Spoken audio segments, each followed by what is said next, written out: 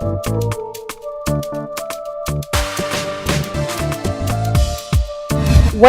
to the Legend Show. I'm your host, David Classic, and I have a beautiful lady here, Melissa. Melissa, you're welcome to the Legend Show. Thank you. Can we meet you? Melissa Afton. You're welcome to the Legend Show, and today I'm very pleased to hosting you, and we want to know everything you've been doing for the community. I read through your story. You've been doing amazing things, and we want to applaud you for that. Can you introduce to us and walk us through to what you've been doing? Yes, my organization is Family Advocates of Georgia, and we work with families and children who have special needs. Wow. So how have you been contributing? Can we share with your story? Yes. So basically, we do a lot of things in our community. We give out food. We do toys every year. Wow. We go out in the homes. We work with the kids with their behaviors. We teach them how to think differently, and we also teach them coping skills. We go out to the school to help figure out what's going on if a child is struggling in school. And we also go to the court to let them know that we in the home helping find services within their community to keep the kids at home in their community instead of them going to jail or being in a hospital. Right. I know you also deal with mental health challenged children, and I know you're very experienced with that. What lesson can we get from you today, at least for the parents who are suffering dealing with mental health kids? So what advice can you give? Because the reason I bring up this question is most times it's difficult for them to get help and revenues to assist themselves and the kids. So how have you been helping parents like that, and how can we count on you? Yes, so the main thing is we have to think outside the box right now, because things are a whole lot different than when we were raised up. Right. A lot of the kids go through a lot of peer pressure when they're not at home. When they go to school, they have to deal with a lot these days. One of the main things that I would give to parents is to listen to their kids. They be trying to tell them things without telling them. So we basically have to listen to our children at this moment. I believe in corporate punishment, but today corporate punishment don't work, because there are things again that these kids are dealing with that they're afraid to come home and tell us, because we got to remember that they got to go back to school. Sorry to cut you. You are talking about the mental health issues with children now. Yes. Because if you will agree with me, there have been lots of records of children in school being depressed, anxiety, and having mental health issues. So we begin to wonder what is causing all this. Why is there a high rise of mental health issues with young children these days? So I think there's more serious things to pay attention to, and it's one of the things that I wanted to ask you. Can you go ahead with what you explained? Yes. Look at the economy now. All the living expenses has arisen, and jobs is not correcting the pay to match the living expenses. Right. So parents now is stressed trying to worry about how they're going to pay the rent, how they're going to pay the bills. And children can feel that. And then there's things that the children are being lacking of, that they have to go to school.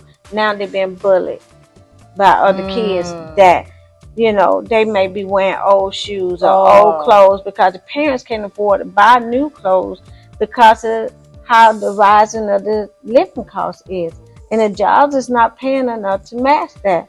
So the kids get the repercussion because there's nothing extra to help. That make them depressed because they have to go to school. And, you know, kids can be rude and cruel. So that makes their mental health stage, you know, rising, because they having to deal with depression.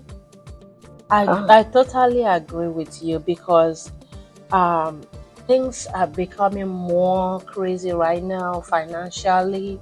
Parents are going through a lot to meet up with the regular home bills, insurance, mortgage, rent, cars, hospital bills. So many pending bills out there that parents are dealing with. Some of them can't even leave those children to engage in work as much as they can. It's already a work stressful load for the parents. Yeah. And that is weighing the parents down already. And now limiting them little as much as they can afford to provide care for those children. Exactly. Parents are now cut short without having choice to wait. Most parents that I know 24/7 are at work. And those children need their help. These children also, like what you said, maybe they're wearing old shoes. They need to be updated with maybe some other parents that their family is doing better, but they can't. And now they are being bullied. Yes.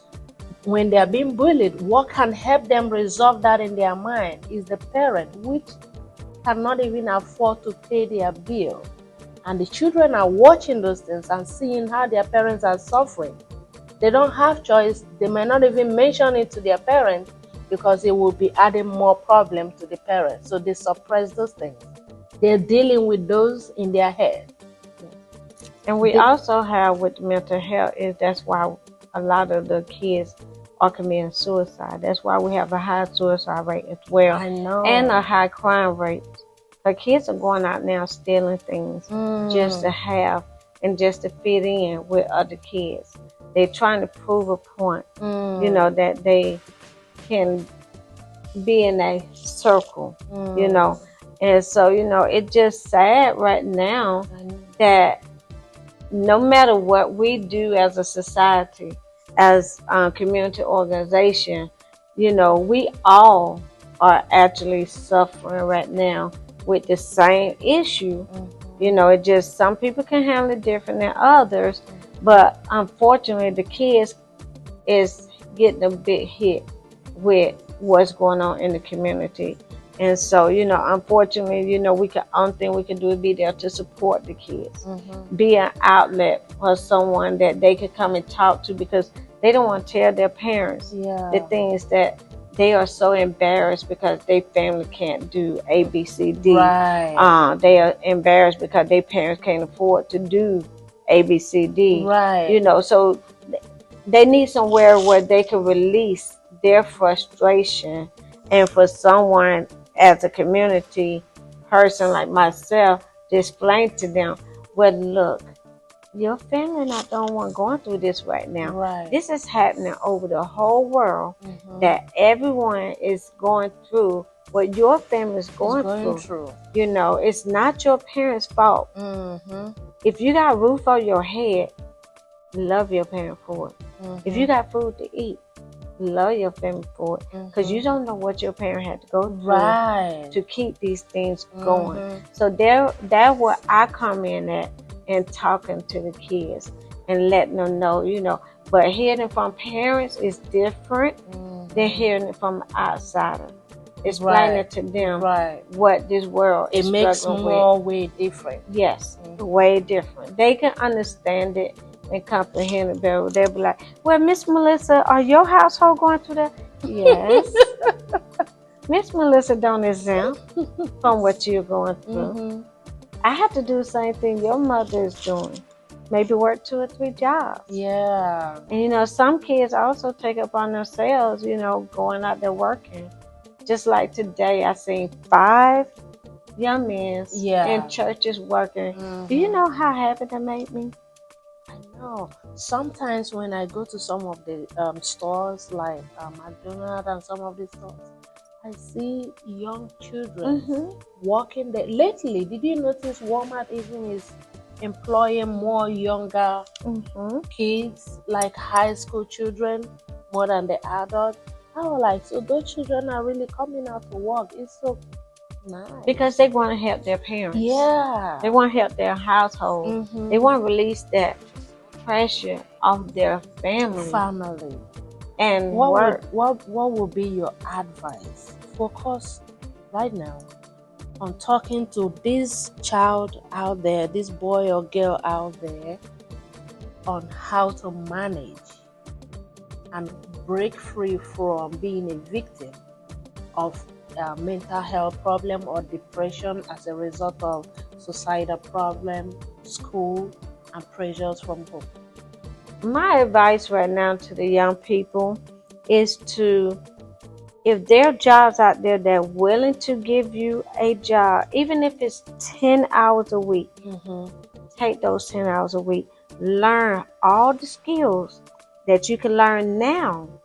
So when you get to that point where you're 20 to 30 and you want to have your own apartment, you already know that you have to work.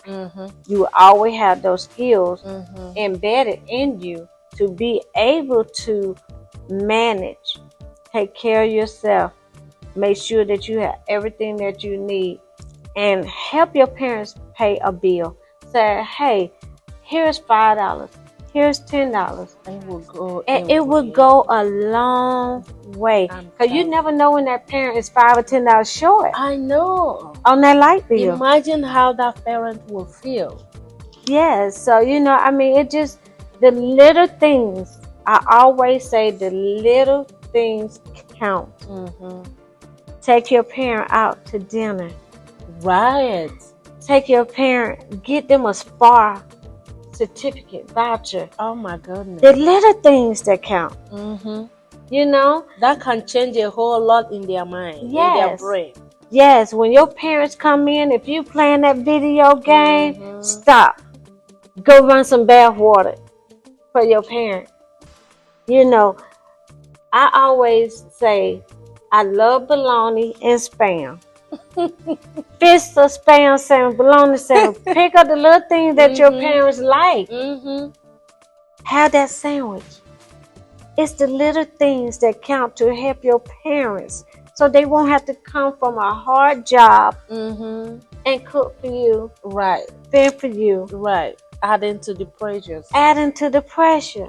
Kids, please help your parents please out. It's the little things that count. Little thing counts. Like that $5 you could save out of your job and say, Mom or Dad, take this money, or you just on your way back and you buy that and say, Mom or Dad, I gave you this. It could worth more than $5,000 that you just give to your mom or your dad. It's something. As much as you can support, you will be cherished and above all be blessed. I want to ask Miss Melissa, what would be your advice for parents as regards to mental health problem and depression and the stress children are going through? How can parents assist? Professional advice now from you. Okay, so the advice for parents, my first thing is self-care. You cannot help your child if you can't help yourself. Right. Take a moment for yourself, whether it's walking to the park, whether it's going sit in the tub and bubble bath and just relax your mind, relax your body. Then you can focus on your child. Right. Because your children be going through things. Listen to your child. Pay attention to your child demeanor. Your child may be going through some things that they may not know how to tell you. Yeah. Take 5 or 10 minutes out of your time. Say, son, daughter, come sit. How was your day? Yeah. Did anything go wrong today? Teach your kids signs. There are so many kids been missing just here in Douglas County this past few weeks.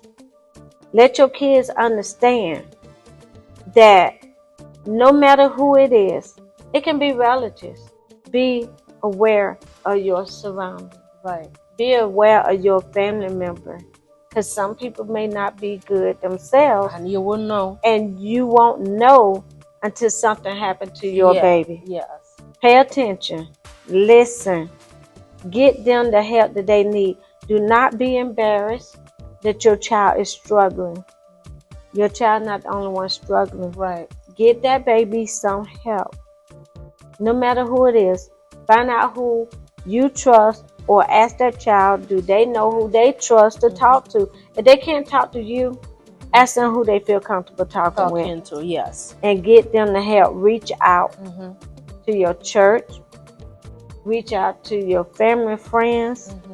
No family is perfect. Even teachers. Some children will come back home and say, that teacher gave you stories of things that are going on in school. Then you can pick up which teacher they feel more comfortable with. One thing that I've seen this year that I would love to see parents do at the beginning of school year or throughout the school year, write something about your child, your child's strength, your child's weakness. Send it to their teachers. Email it to their teachers. And let them know what to use if they see your child feeling down or something. Like, for instance, my son liked fishing. So what we did for him was we got a book that he could teach the teachers about fishing, how to raise baits when he's upset.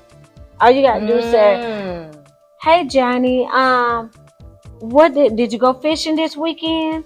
You know, did you mill some bait this weekend? And that would bam. Oh, he gonna light up. Oh, he gonna tell you all about fishing. He gonna tell you about baits. He gonna tell you what type of worm to catch. This fish, that fish.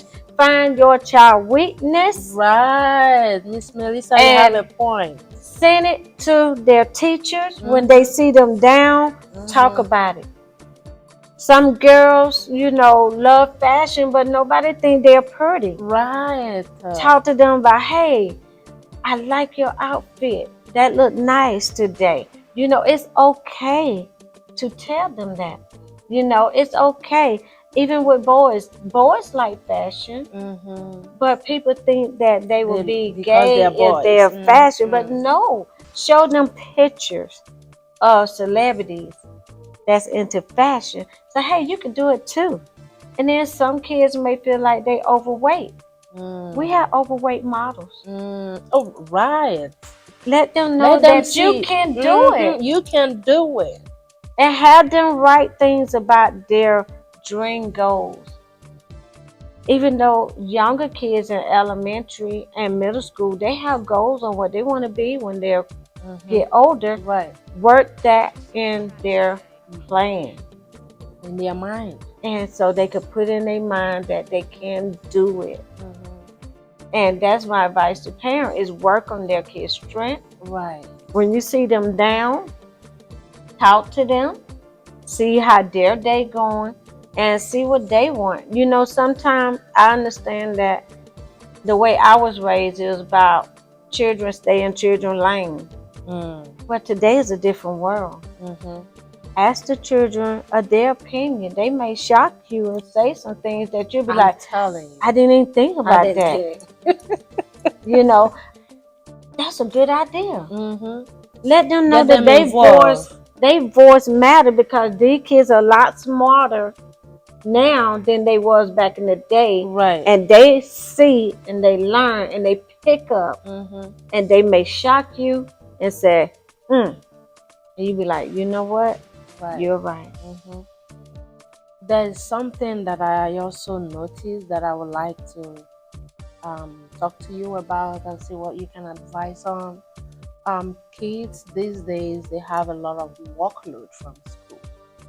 So they work too much from school already, and they go home with a lot of homework that they might do those homework till 3-4 a.m. So it looks like they don't have a life. And the parents still expect them to do 1 or 2 things at home to help out. So it's a kind of too much for most of the children. That almost all the children you talk to these days have the same concern. So what do you think could we, the parents and teachers, can do to help? If it's like that and you see that your kids is overloaded, that's when you need to have parent-teacher meeting, because all kids learn differently. That child may not can't do that load of work like the next kid. So therefore, that's where you have that meeting with your teacher and say, look, I appreciate, you pushing my child, but my child, have a different learning experience. Is it any way we can break this into pieces for my child? Because some schools have block schedules and different type of schedules where that child now can have time to get the work done. Break it up. Once you talk to the teacher and let them know about the struggle, then they can, work it around the plan of the school. But if they don't know, it's just like if you don't know that something's wrong, you can't fix it. But so therefore, that's why the parents need to talk to the teacher about their children concern without the other kids knowing, because the teacher would know how to give that child a set of work versus what that child. Every children don't learn the same. They all have their own different way of learning, and it's all about the communication. Communication is the key. Absolutely. And so work with the school, work with the teachers, and let them know. And that's the only way this is gonna be able to be fixed. You gotta have 5 minutes of communication with the child teacher. If you can't get off from work to go and talk to them, email them. Email them.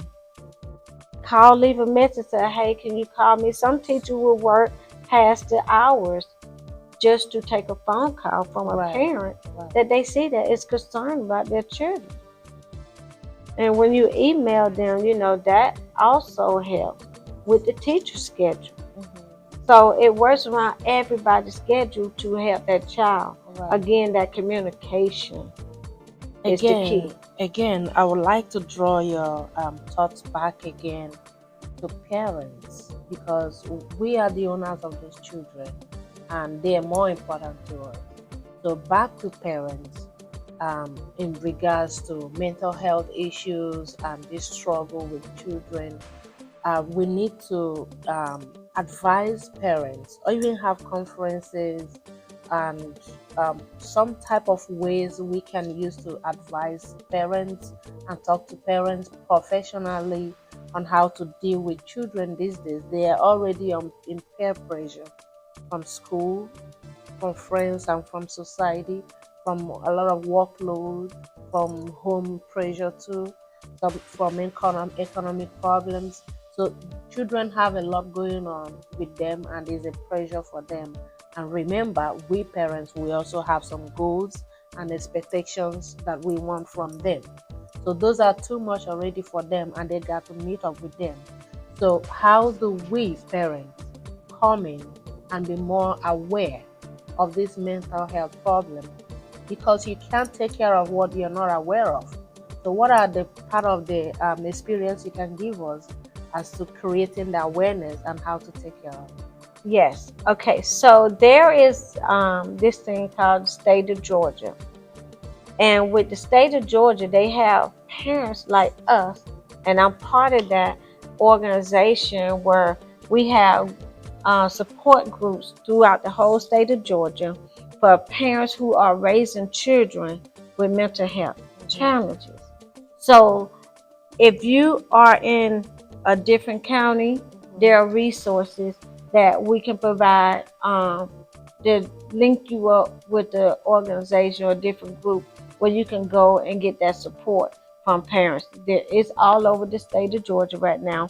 And if you go on to DBHDD website, it would list some parent organization that parents can connect with, where you can get support, you can get services, and you can also receive self-care for yourself as well. So you have different organizations here in Douglasville. They have a booklet they're called the Link booklet, Douglas Link. It had different type services in the book. It had different organizations that give you support. If you need mental health, counseling, individual and family counseling, all of that is in that book. There are resources there for parents to go. Every year we have this mental health conference for parents and children. This year we are going to Oklahoma City for the big mental health conference. They have different groups for children in Atlanta and all around as well, for children to have their outlet that parents can link them to. So there's a lot of resources out there right now because DBADD has put in place for parents to come and get the resources that they need for themselves and for their children. Right. So it's out there. So if anyone wanted to reach out to me, they can call me at 404-437-5973. You can also reach me on Facebook by Melissa Alford, ALFORD, and you can inbox me and say, hey, I need resources to help with my child mental health or help with my own mental health, self-care, anything in that nature, and I'll be able to reach back out to you to give you the information that you need. I can plug you into where you need to go in your state or in another state. Right. We'll find the resource for you. So you can reach out if the person is in another state? Yes, and then another state. We have different family-run organizations over the whole world. And so all I have to do is find out where they at, who they are, right. Because I'm connected. There's a national organization that I'm affiliated with that lists all of our information, all the family-run organization information on there, and I could say, well, hey, here go an organization in Tennessee. Call them and tell them that you need resources and that you received this information from Georgia. Can you help me? If not, they will give you their list of resources that's in Tennessee, in the area that you're looking for. Right. So there's ways on how to plug them in, no matter what state they're in, because we're national affiliated with a big organization that can plug in any state. What do you think a parent can see in a child, or see changes that you can see in your child's behavior, and should be a concern for them to talk or speak out or do something? When you see your child giving away things like shoes, games, yes. So that's supposed not to be when they give away shoes and games, that's a red flag, because they may be being bullied. Say for instance, they wore them shoes one day, or they been bullied in school, and the bully saying, oh, you better get me this game. Oh, you better buy me these shoes. Oh, you better get me A, B, C, D. And guess what? Your child gonna start stealing out your wallet just to get these things to be safe in school. So just be aware of them giving away things. If you notice that they're acting differently, like Johnny may be hyper today, he go to school tomorrow, he come home and he look like he thinking something is not right. Just ease your way in finding out how to help them, because it may be something going on at school that these kids is bullying, and they have to do certain things to be in the group and to fit in. So giving away things is a biggie, that kids give away things. Wow, you see, so there are a lot of information that we need to be aware of. Yes, because you can take care of what you're not aware of, like I said before. So we need to create more awareness of this to parents through any means, seminar, talking to each other, and because a lot of us are at work, we don't even have time to converse with anybody or to talk to anybody. So, but we need to be more open. Yeah. And one of my other things that really bothers me is parents trying to be friends. You cannot be a parent and a friend, because that give that child mixed signal. There's too many kids out here cursing their parents out, calling them dog, hey, bruh, and all this. No, that's disrespect. We still got to give them some value. And we still got to teach them how to conduct themselves in a manner when they get to the point where they want to be somebody in their life. They already know how to act. They don't have to be trained how to act. They should be trained at home how to act.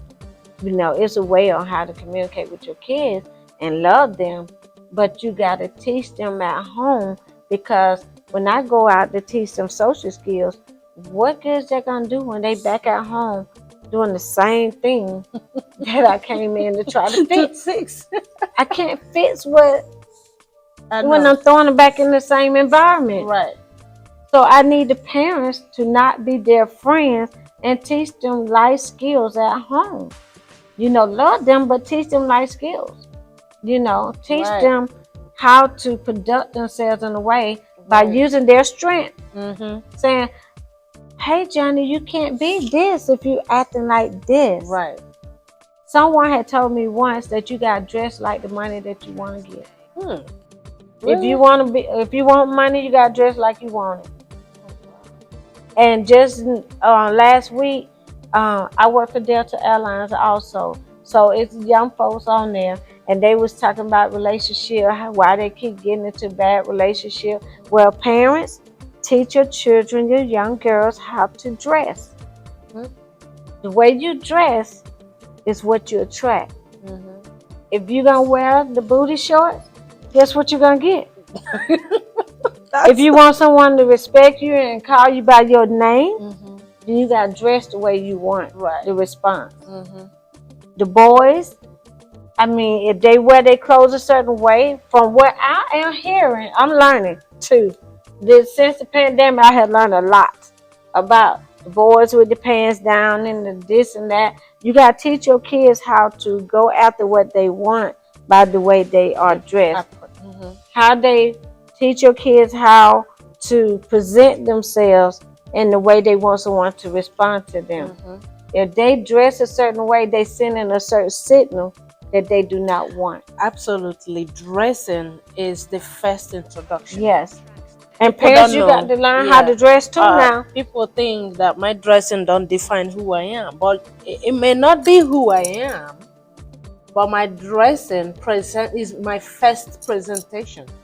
It's the first thing that introduces you to anybody. Yes. Before they get to try to know who you are on the inside. Yes. So it's very important the way we dress, and it's very important that parents start early, even if it's not that too early. But you can find a way to train your child, talk to your child into presenting themselves first. From the dress, and that will help with a lot of mental health issues too, because if they're not being taught at home and they go out a certain way, that's putting them out there with those shops, for the shops to like chew on them about things. That's because they don't know, because they never been told or been taught. And so I'm like, and parents, I'm sorry, when you go out there looking good, your children represent you. So if your child is not looking good, but you looking like $1 million, what they gonna say? And then the kids go to school looking like that, you're sending them out there to be treated that way. So, and you could, help them with the mental health emotions, because the kids, a lot of parents pay $100, $200 on their hairdo. I know. On their outfits. And the children don't have these things, and that's what makes them also cause mental health issues. Spend a little bit more on your kids if you're going to spend something on you. That's right. And loneliness too. Yes. Is another problem that is playing a role key to this mental health depression. Yes. What do you want to advise us on that? You don't have to spend a lot of money to do family things. I know a lot of parents now get food stamps. Because of the pandemic, a lot of parents get food stamps. Go to the store, get them Lunchables or sandwiches or whatever. Make a picnic basket. Go to the park. Spend a little 5-10 minutes with them at the park. 30 minutes at the park. It don't have to be nothing expensive. It's just that quality time. You remember I said the little things? Matters. It's the little things that count with kids too. Go to the Dollar Tree, get a ball. Get anything. Fingernail polish or whatever. Go to the beach, get them little palettes and sit there and paint the toe. throw a ball for a few minutes. Anything that counts. It's the little things that count. Right. With the kids. Take the music. You know, them little Bluetooth boxes that don't cost them no money. Play some music with them. In the house, dance. Dance. I mean, to say that. Anything in the house. You don't have to go outside. Do things at home. Absolutely. Game boards. You know, anything. Buy some game blocks. Yes. And if you don't know how to play video games, shoot, they'll teach you. Spend 10 minutes on that video game with them, then be like, okay, I'm done. I done gave you 10 minutes, I'm done. You know, can we play? I'll teach you how to play checkers or something, you know. Teach them how to cook. My grandson, he loved to cook. You know, a lot of kids want to cook. Right. Ask the kids what their passion is. They might even have to choose what to cook. Then it's become family fun. For you to cook. I want this, I want that. Say, hey, the day's your day to pick what we eat. Okay, tomorrow their day to pick what we eat. Right. Give them some type of value. That goes a long way. Little things that count. To keep them connected. We've really absorbed a lot from you today, and I really appreciate this. And I want you to tell us, how do we support you on what you do? Main thing, financial, so that way I will be able to go out to the school. Donations. Yes, they can donate. We have a cash app, business cash app, which is FAOGAINC 22. You can donate there, and that will help support families. For me to go out, I go to the schools, I go to court with families, and sometimes I buy food for family as well because they don't have food.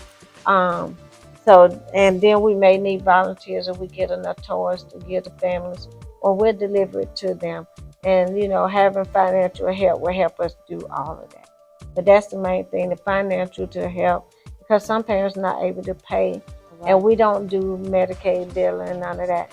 So some parents do pay out their pocket, but if they can't afford it, then we, you know, everything come out of pocket.